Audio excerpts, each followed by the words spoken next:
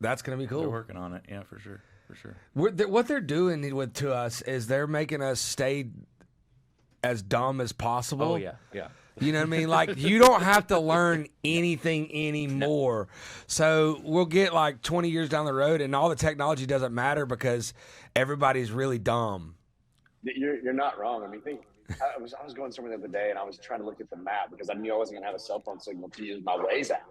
And I think back to like just 20 years ago of printing out MapQuest directions and having my 3 pages to drive somewhere. And I had to go somewhere the other day where I knew my cell phone was not going to work. And I'm like, I better, is MapQuest still a thing? Can I still go to MapQuest? Is it? I bet it is. It might be. I went to Google Maps and you can print your directions from Google Maps. So I went that direction. MapQuest was the shit. It was the jam. It was awesome. Sure. It was incredible. Right before you left, you printed it out. You know, that was the thing. I remember looking at my parents and being like, "You're using this fold-out map thing? You can go to MapQuest and they'll just give you the directions spot by spot." Your parents told you that? No, I told my parents that. Oh, I was like, yeah, of course. Yeah. I'm like, dude, you weren't in the in crowd. You weren't cool, were you, Will? I'm like, man. My best friend, his family owns the. Are we rolling? Yeah. All right, cool. My best friend, one of my best friends, his family owns the small paper in Dallas, Georgia, and his family has owned it for 100 years. You know, it's third generation kind of business, and the only reason it's still around is because in most places in America, still, you have to have the county paper because of legals. Oh yeah. So anything that has to be legally posted, divorce, abandoned property, especially mortgage foreclosures and stuff that have to be in there. There has to be a publication that somebody can see that, right? So that's the only reason they're in business. That's the 100% of their of the income. Well, probably 90% of their income. They probably do a little bit of advertising, but not much. That's the only way they do business. Well, he started working there when he was like 21, 22. So the internet was, 8 years into existence. But his dad said, he told his dad, he was like, listen, he was in charge of the legals, which is the biggest part of the paper. Like if the paper's this thick, more than 80% of the thickness of the paper was all legals, right? All of it. So he walks in there one day and he tells his dad, he said, hey, they had 3 and 4 people working the legal section once a month because that's how much stuff had to go into the paper, and they had to still line it up and all that. Just old school. And he said, I can do this way faster. Like, you don't even need these people. I can do it. And he was like, well, you do what you want, but it's not the internet. That thing's not going to last. Like, it's going to go away. And, his dad's old school, love him to death, God rest his soul. But he said, he said, it's not going to last. And when he did the legals, it would take Wednesday to Friday to finish them. Yeah. For 3 people. So on Friday, he left at like 12 o'clock one day when he let him take over. Because now all he does is the lawyers send him the legals in. He copies, pastes it, puts it on the spreadsheet, sends it to the printer. Right, that's it. And he said he was walking out at like 12 o'clock, and Joe was like, looked at Stuart, was like, "Hey, where are you going?" He's like, "I'm done." He's like, "No, you cannot be done. I've been doing this for 50 years one way." He's like, "No, it's done, Dad. It's done." He goes, "Where's the other people?" He's like, "They didn't even come in. I told them not to come in." I was like, I don't need it." Wow. So then go to 2008 where the legals went from this thick to this thick because everybody was foreclosing. He estimated, because then it was so much, it was 3 days of copy pasting. Wow. Just him. Yeah. It went from, he did it in one day. Now it's so many. It took him 3 days just by himself to copy paste and get all the things in. Just him. He said, I estimated it would have been 40 people, 40 employees to do it like he was doing. Yes, to do it like the old way. Welcome to Maps, baby. Anyways. All right. Well, Jeremy, appreciate you coming on. This is Burn the Ship Podcast. It's an entrepreneur podcast. Well, we started this in COVID times just to really get people to come and talk about, kind of really what their struggles were during that time and how we could help each other out. And we just kept doing it. And, without a worldwide pandemic, business owners still have issues. I don't know if anybody knows that, but they do. So we love to share, your successes, your failures. We want to know your story. We want to know everything that's happened to you. And this is going to take about 20 minutes, but we're going to kick it. So we appreciate you coming on. So I'm going to kind of leave the floor to you. Let me know who you are, what your company is, and we'll go from there. Yeah, first I noticed your Nobody Cares Work Harder Cam Hanes shirt, and being a huge Cam Hanes fan, I think I had that same shirt on this morning on my run. So huge fan, love that. It's a real statement. Yeah, there's no doubt. We live by it. I think probably everybody in the restaurant business lives by it as well. Yeah, it's a great sentiment. So Jeremy, I didn't know who he was before I bought the shirt. Okay. I looked it up. I saw the shirt and I was like, hell yeah. And I just got it. And then one of my sales reps told me who he was, and then not long after that he was on Joe Rogan or whatever, and I was like, this guy's awesome. Yeah. Yeah. If you've not read his book, I've followed him for about a decade. I'm a big bow hunter, and so I've followed him for probably about a decade. My brother turned me on to him, and so if you've not read his book, Endure, I highly recommend it. That's my plug. That Cam's not going to pay me for it. That's the plug I give right there. He might. You never know. Right. We'll see. Closed mouths don't get fed. Yeah, that's right. My name's Jeremy Chambers. We've got my partner Stephen Franklin and I. We've got Das Barbecue here in Atlanta. We've got our original locations off Collier Road, West Midtown, and then the location I'm sitting in today is off Memorial Drive, right down from the state capitol. And so we've been operating for 8 years now. This location's we opened up right in the middle of the pandemic. Talk about perfect timing, right? Hey, let's go open a restaurant in the middle of the pandemic. But we survived. A lot of to-go boxes. Yeah. A lot of to-go boxes, a lot of pivoting every day, do something different. The government says this, state government says this, local government says this, and pick which one you want to run with and run with it and see what you can do to survive. So, yeah, that's kind of who we are. I mean, we're kind of old school. It's Texas meets, Tennessee and Georgia. I've got deep Texas roots and Eastern Tennessee roots. My partner's Steven, he's got deep Texas roots and South Georgia roots. So we cook on barrel smokers. Our barrels are built by Steven's uncles down at the farm in Metter, Georgia. We bring brisket in. We fly our sausage in from Myers out in Texas, and really kind of do things the old-fashioned way. There's no freezers. There's no microwaves. Everything made from scratch every day, and cooking our brisket, really from the Meat Smoking Manifesto of Aaron Franklin down in Austin is kind of what we're doing here. So it's a lot of fun. Well, tell me how you we spoke, me, you, and Will spoke over the phone, and give me the end of how you started in the restaurant business. Yeah, like everybody, the wrong way. I grew up in the grocery business. My dad owned grocery stores, and started at age 10, bagging groceries, sacking groceries, running cash registers, stocking shelves, facing Gerber baby food when he would be pissed off at me. And I remember at 16, I got my driver's license. I got a Jeep, and I went to my dad. I said, Dad, I don't want to work for you anymore. I hate the grocery business. I hate nights, hate weekends, hate holidays. And he goes, son, I get it. It's completely understandable. It's a tough business. What do you want to do? Like, I'm going to go down the street and work at a restaurant. He goes, my God, that's the worst thing. That's the only thing worse than the grocery business. And he goes, if you want to do it, go it's do the it. Same hours, but worse. I was 16, man. I was stupid. I mean, what was I thinking? And so I started working for Grady's. I don't know if you're familiar with Grady's or not, but they're a Knoxville-based company. Bo and Mike Connor, they came out of the Steak and Ale group, like a lot of great restaurateurs did, and got to work for those guys for a few years in high school. And Steak and Ale. Yeah, man. I haven't heard that in a long time. Are they still around? They are. There's actually a restaurateur that has recently bought the rights to Steak and Ale and Bennigan's. He's called it Legendary Concepts, and he is reviving both of those brands. Was there not a steak? Was there a Steak and Ale right there off Ponce and Peachtree forever? There was forever. There absolutely was. Yeah, because you're close to that where that was where you are right now. And I remember going there when I was in high school to that Steak and Ale. Yeah. Yeah. I didn't go to that one. I went to the one in Roanoke, Virginia, but we didn't eat steaks growing up, crazily enough. So I'd always get pineapple chicken. I loved the pineapple chicken. Chicken. It was awesome. Yeah, you look like a pineapple chicken guy. Yeah, salad the bar, salad right? bar. Oh, yeah, that's right. That was a Sunday after That's church right. spot. Bennigan's, the best thing at Bennigan's was they did like a deep fried Monte Cristo sandwich, Oh yeah. I remember and it the was Monte so Cristo. good. I do remember the Monte I will Cristo, punch your man. mom in the face for that sandwich That was a right good now. one. Yeah. The Monte Cristo. I haven't even. That's taken. Do you remember that sandwich? Yeah. I do. I love that sandwich. I love it. I'm sorry. Go ahead though.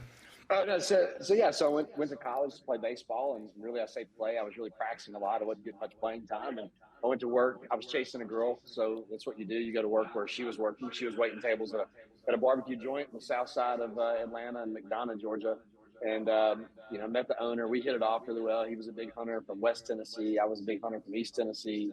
He played college baseball. I was attempting to play college baseball, and he's like, "Man, I'm getting ready to open up a second restaurant. I need a kitchen manager." And I'm like, man, there's no way. My parents would kill me if I quit school. And he goes, I'll pay you $32,000 a year. And I'll never spend $32,000. So I went through school, and my mom cried. My dad handed me my payment book and my insurance and said, here, these are yours now, and go figure it out. And I went full fledged and started running restaurants at 19 years old as kitchen manager. And by the time I was 20, I was promoted to a GM running a $2.5 million business. And he should have fired me 15 times, but for whatever reason, I guess he felt sorry for me. I don't know. Well, eventually you learn your lesson, right? That's Yeah, it, man. that's right. Eventually you learn your lesson. Try and you again. learn your lesson on both sides. You have been fired 15 times. You learn your lesson. And the guy that hires you 15 times, he learns his lesson too. There's That's two right. lessons there. That's right. There's two lessons. There's maybe more lessons there than I'm thinking about. So how many? So you have 2 restaurants right now.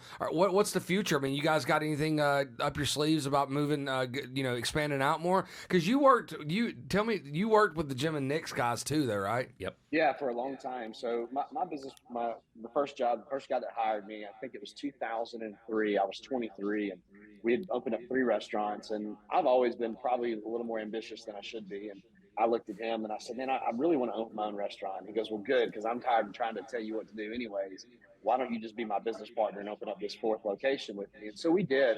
And I became his 50-50 business partner on the next 3 locations. And then in 2008, when the recession hit, we just didn't have the capital to navigate it. We didn't have the wherewithal to navigate it. And both of us wound up going, we closed some restaurants, sold some restaurants, Vic's wholesaled some restaurants out of there. And 2008, he went and took a VP role with a company in Atlanta. And I met Nick with Jim and Nick's Barbecue, and they were expanding in the Atlanta market. And I became a local owner for Jim and Nick's and went through a couple of private equity transactions with him for 13 years.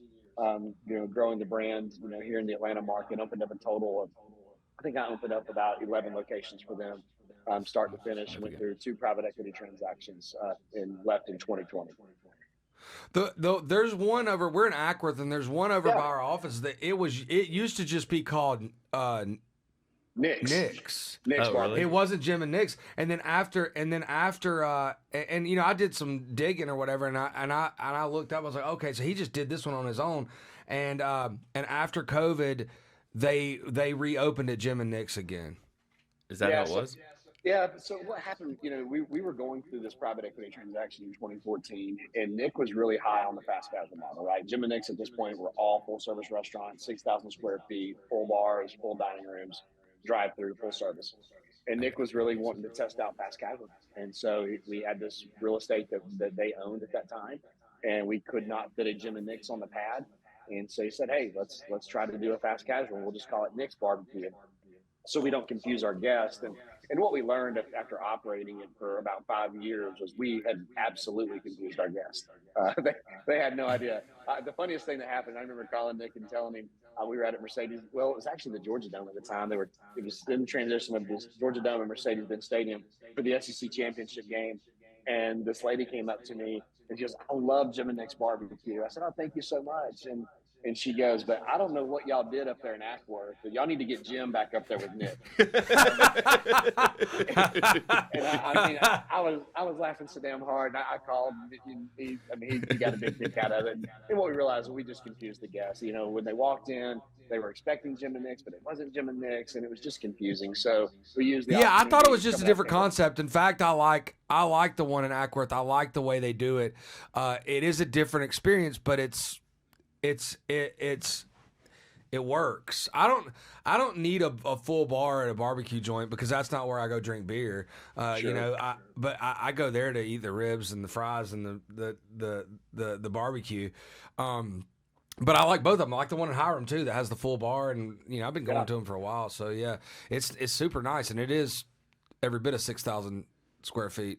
Yeah, there were some big boxes back then. You know, they're actually shrinking. I'm still a shareholder with Jim and Nick's. I'm still a raving fan of them and what they do. And you know, their growth is more towards the fast casual. They've opened up 17 restaurants now. No, that's not true. 12 restaurants in the last 2.5 years, 3 years, and they've got 5 more this year slated, and they're all fast casual. They've gone from down to about a 4,000 square foot footprint with double drive-through and shifted to all fast casual. Yeah. I like that. The time is right for that right now. And you might, you never know. You might go back to the other thing later. But so what are you looking at that model too and trying to expand? Yeah, that's exactly what Steven and I have been looking at. And I actually met Steven on stage at Taste of Atlanta. I was at Jim and Nick's at the time, leading the Atlanta market as director of operations, and Steven had just opened up. Actually, they weren't even open on Collier Road yet. And the lady, Valerie, that puts on Taste of Atlanta, she called. I'd always done a demo on stage, and Steven had done a demo the year before, and he had the idea of getting 2 pitmasters together and doing a demo together. And she called me. She says, "What do you think?" I'm fine with that. Works for me. And I'd never met Steven a day in my life. He called me. We talked on the phone for 30 minutes on a Wednesday afternoon, and we met in person on Saturday on the Big Green Egg stage to do a demo. And really just kind of, you know, just hit it off really well. Became really good friends. We walked away from it and just exchanged phone numbers and all that stuff and stayed in touch. I would come talk to him every once in a while. Had him come cater a big event for us at Jim and Nick's once to remind everybody of the entrepreneurial side of the barbecue world, and then had an opportunity to partner with him when he got ready to open up this location here, and so I did. And it's now about the future growth. It's a 3,000 square foot model. It's fast casual. We try to get about 60 seats on the interior, 75 seats on the patio, and really try to recreate a barbecue experience, a backyard barbecue experience. And so you talk about the future, we're currently negotiating on a site down in Newnan with the Lion Creek Brewery folks, and those guys are just great to work with. They've been incredible from start to finish. We've been talking with them for about 6 months now. And then same thing with the Cathy family down in Trillick, where we're working on a site down there in the Trillick development, which is the side of town that I live on. So that's currently what we're looking at, and we'd like to get one of those open by the end of this year. It might be now where we are. It's probably pushing more into Q1 of 25, and then one more by the end of 25. Tell me one of the biggest mistakes you've made as a business owner. Oh Lord, the biggest. Jesus. I think all operators find themselves in the position of where you make the worst decisions when you're either not making money or you feel this pressure to grow faster than you're ready. And I think those things kind of coincide with one another. So probably I would say bad real estate decisions on locations have been the most costly in what we've done in an effort to grow faster than we needed to grow. And made some really bad real estate decisions that really put us further behind than we were the day before we opened the doors. How do you now correct that? Going, hey, I'm not making that mistake again. You just give it more time. Don't be too hasty. Is that what you do? Just think about it more. I think the thing is, it's more important. What I've learned, over the years, it's more important to get it right than it is to get it fast. And I think there was a time in my life where it was all about the speed in which we moved to get things done, to get restaurants open, to grow and to scale. And now I've just learned, through mentors around me, it's more important that we have a great location that's doing extremely well before we go to the next location. And that had not always been the path I've been on. Sure. I think, and too, like I this is a question that I ask a lot of entrepreneurs because it's a never ending cycle. But how do you pick the best people to work for you? How do you get people that you trust and you can leave your restaurant in good hands? And how do the interviewing process, the hiring process? Tell me about that, because that's probably the biggest mistake in the restaurant industry. It's just hiring bad people, or not the right ones. Yeah, I mean, I think I've seen I've seen myself. We've hired good people that were not the right fit. Right? They weren't bad people. They weren't bad. Right. I should have said it like that. They weren't the right fit for that industry or that restaurant or time or whatever. Oh, we've hired bad people too. Those people exist as well. But trust me, I could share some stories on another podcast that was like not for children to view. We could share some stories on that. But I think it's really slowing down again. I go back to what I just said about site selection. You know, you think about the book Jim Collins, Good to Great. You know, hire slow, fire fast, right? And we make bad decisions when we become shorthanded, and we just go, let's just get somebody in here, and that's when we make mistakes. And so, you know, what I've learned with time and patience is we're going to hire slow, and if it takes us, if we have to run shorthanded for a period of time to get the right leader in the building, because getting the wrong leader in the building fast is the worst thing you can do. Absolutely. It's better to take your time and get the right leader into the building, because, you know, culture is what drives everything in this industry. 100%. Everybody in this industry works their ass off every fucking day. These guys work their ass off. And so if you don't have a good culture that people want to be a part of that, then you're never going to be successful. So to find the right person and get that culture right, that's what's most important. Because if all of a sudden you start, I use the word bastardizing the culture. If you start bastardizing the culture and the culture shifts in the restaurant, you lose everything. You lose the employees, then you lose the guests. It's all reciprocal. Sure. Tell me what you guys do great over there. Well, I would start with culture. I think it actually starts with our culture. I think we treat people the right way, and I think that when you look at our retention in comparison to the crazy numbers of the restaurant world, you know, this location is 2 years old, and we've only got 22 employees because it's a small footprint.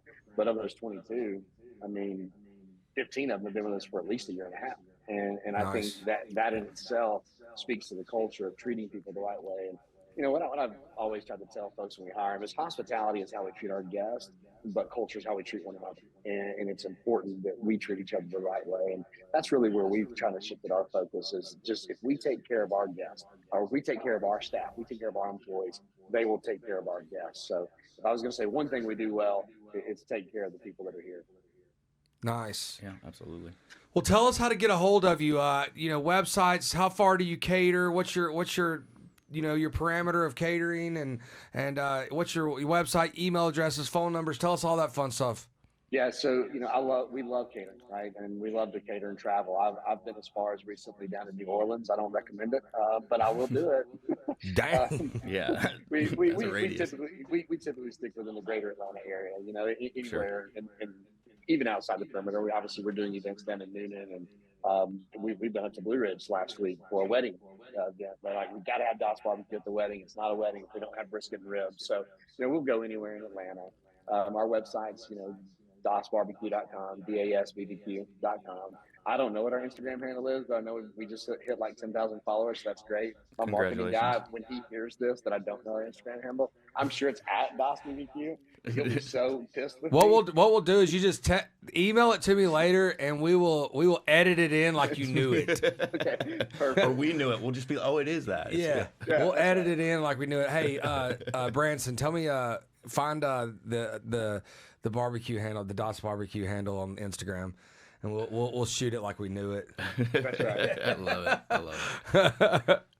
Exactly. And then my email it's pretty simple. It's Jeremy, Jeremy at bossbarbecue.com. You know, one thing that I was going to talk about is we talk about scaling and growing. We reopened today on the Beltline. We have a cantina. We took a 20-foot shipping container, and we are doing, you know, we're basically running it as an outpost from our Memorial Drive location because it's about 7 minutes from here, and we're sitting right on the Beltline. And we are sending smoked meats down there every morning. And for lunch, we're doing tacos, quesadillas, nachos, queso and chips, and some burrito bowls with smoked beef brisket, smoked chicken, and smoked pulled pork. And that's also something we see as part of our future as we grow. Let's build a 3,000 square foot castle, but then let's try to outfit it with 2 or 3 outposts around it that's this, you know, Tex-Mex fare, simple, built for speed, lower check average, but can really get people in and out at lunchtime. I love it. Yeah, no, that makes sense. And there's just a lot of foot traffic over there now. There really is. You can't even ride your bike on the Beltline now. You just got to walk. Who? You can't really even ride a bike over there. It's so packed. Really? Yes, a ton of people. Yeah, it's packed. Crazy. yeah. That's where you have to have. I'm in the payments game. You better have your contactless payments in order because they're not carrying their wallet a No, lot. they're not. They got No, their phone tap and they a got phone. their watches and that's what it is. So if you're out there and you're running a business out there, you better have your payment stuff there. Man, we're actually cashless at both of our restaurants and the cantina. We're completely cashless, and we made that decision based on a safety measure after the tragedy that happened. With I guess it was Barcelona, with Yep. that young lady on Christmas Eve a few years ago. We just made a decision from an employee safety. We got it posted on all of our doors. We were completely cashless, and do we get met with pushback every once in a while? We do, and I just say, hey, we do this for employee safety, and it's just not worth the risk for us to have something go wrong. Well, the Federal Reserve did a study. It was a while ago. It was a decade ago or more, and it's coming from a sales guy that's in the credit card processing game. It doesn't ring as true because they're like, that's just a sales pitch. But Federal Reserve, when they put out a study, there's no bias to it. It's just numbers, and they said, let's just take 3% for how much it costs to process all in everything. So somewhere between 2 and 3%, depending on who your processor is. But it actually costs more to just take cash. Just due to all the different steps you have to take to get that cash to your bank and those things, or what? So there's theft on cash, and that's the biggest one. That's why. So if you took one time a year, theft on cash from employees and theft on cash from your patrons and customers, right? Number one, theft on tips alone, leaving on tables is almost a 0.5% back in the day of people stealing money off tables. It was wild. It was wild. So it's actually less expensive to take cards and pay the fees because one mistake, one robbery, one thing over that time makes it go up over it. Yeah. So there's a lot of. He's in the restaurant business. There's a lot of ways to lose money. Yeah. It's much easier to lose money in this business than it is to make it. That's for sure. And when you lose it like that, it takes seconds and it takes a long time to build it up where you're making it. It's brutal. Yeah, that's the hard hit. So, anyways, we really appreciate you coming on, Jeremy. We're gonna follow up with you. We're gonna come down there and do some stuff. And absolutely, just to let you know that the production company we shoot commercials and things like that. So if you're interested in doing some social media marketing type commercials, we shoot those all day. We ended up shooting like 6 political campaigns for people that came in here just because they were low hanging fruit. And I'm like, yeah, we'll do it. We got cameras. We got the editing equipment. We got Branson. We'll do it. So we're kind of getting that side of the business going. But if you're ever interested in shooting some videos that don't cost you that much money, because we're not just a production company. We got a lot of things going on here, but absolutely. It's but yeah, we're gonna get down. I would say we're about 30% cheaper than most production companies on the commercials. Well, we'd love to have y'all down here, man. I'd love to bring y'all down and come hang out. And we do crazy live wrestling on once a month on the weekend. If you get a chance, when you check out our Instagram handle, you can see some of the videos from live wrestling. I know y'all are both looking like literally live wrestling, but no, it's legit. These guys. Jay's wanting to get in. No, you're not talking about like, hey, Susie walks in there and wants to wrestle, but you're talking about a production company comes in that is a wrestling company comes in and does it in the parking lot. Yeah, they do it on our patio. They have a full size wrestling ring. Even better. Deep South Wrestling is the name of them, and they've been doing wrestling in Atlanta, Georgia. Nick Patrick founded it something like 40 years ago. It's been around for a long time, and they've been a feeder to professional wrestling for 40 or 50 years. And the first time we did, I went to Steve and my partner. I go, hey, I want to do this, and he goes, man, I don't think we should do that. And I go, okay, we're going to try it, and it went pretty well. But now we'll have 500 and 600 people here for these wrestling shows. Oh my God, that's incredible! The coolest thing to me is when you look at the crowd, it epitomizes Atlanta. It is a melting pot of people. There are white, black, Hispanic, gay, lesbian, straight, old, young, kids. It doesn't matter. It's everybody. Nobody cares who you voted for. Nobody cares what your politics are. They're all here to eat barbecue, drink beer, and watch wrestling. And it's the coolest event. It's all the neighborhood. It's all the neighborhood. comes That's in. great. It's so much We fun. need to get down there for that. Yeah, we're going to get down there. And we, like I said, I know it's a, you know, like I said, it's an undertaking to change processing in any restaurant. That's why I told you earlier, I don't really even go for restaurants a lot, but we'd love to talk to you about your commercial insurance. That's something that's kind of low hanging fruit that really nobody cares who does their insurance. They just care if it's cheaper and it's the same. It's the same. Yeah, you know, it's funny you talk about insurance too. The other thing is we learned this, but we saved money on our general liability when we went cashless. Because I'm sure. Oh, I bet. I'm sure. Yeah, we absolutely. honestly, I we bet. never even thought about that. That was not a thought that crossed our mind until they asked us during the questionnaire. Like, yeah, we are actually cashless. Like, okay, you'll save X amount of dollars per year, and it was pretty substantial. That's good. Yeah, I didn't think about it. I knew that you did. I knew that they did that, and that's why all the stadiums did it. Yeah. So like no stadium, for the most part, you can take cash to and pay for anything. So like it's the Mercedes Benz, it's cashless. Yeah. And it's Truist cash. Yeah. You might be able to pay cash in the battery at the shop. Yeah, you definitely can bars and stuff. Probably. Yeah. Sure, that's each individual.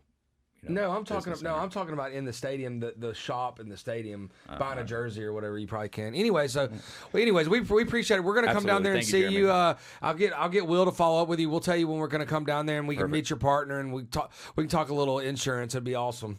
Yeah, see some wrestling, guys. eat some barbecue. Yeah, man. See you guys. I appreciate it, Jeremy. Thank you so much for your time.